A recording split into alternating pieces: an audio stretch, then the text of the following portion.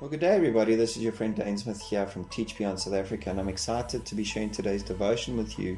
And I've entitled today's devotion, Purposeful Provision. I think all of us have been in a place in our lives where we're at a place where we're stressed and worried and concerned because we may not have enough food at home. Our clothing may be incredibly worn, and we may worry about how will we get to the end of the month.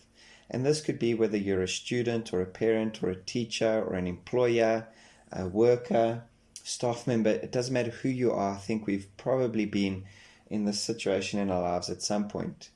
And you're concerned and worried and stressed, and you think to yourself, how am I going to make it? Well, let me encourage you and say, in the second book in the Bible, Exodus, a quarter way into the book, in Exodus chapter 16, we read a story about the Israelites that have gone into the desert, and they find themselves in a very similar situation.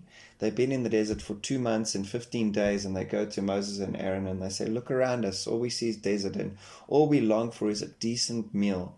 And so Moses goes to the Lord and he prays and he presents their requests before the Lord. And so the Lord answers them.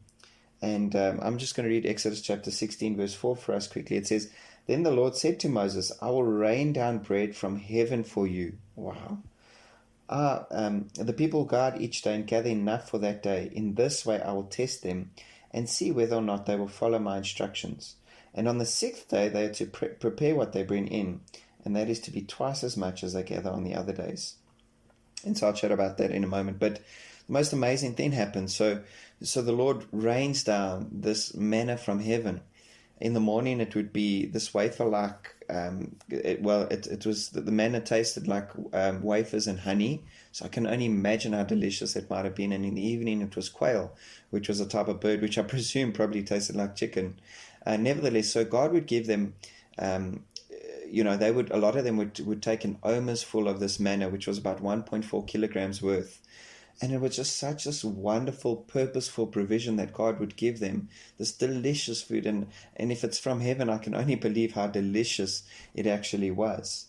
And he said to them, on the 6th day, gather twice as much as you would on any other day. Prepare it so that you got food for the next day, because the Lord wanted people to trust him and to rest on the Sunday.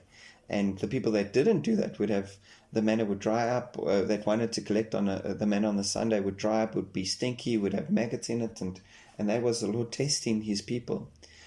I would often hear people say, I don't know how I made it through the end of this month. Just the other day I heard a girl say, or a lady say, every month I don't have enough money, but I've got enough nappies, and for some reason I'm always provided with the nappies I need for my baby. And when we take a step back and look at our lives as well, and we just think about how much we have and how God has provided, it is profound.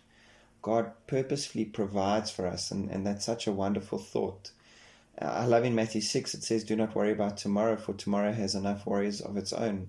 Worry about today. And it encourages us in Matthew 6 that we should not worry about food or clothing, because God already knows that we need those things, and he will provide for us. And so it's amazing to see how God provides the food we need and the clothes we need and all these things that we need. It is truly encouraging.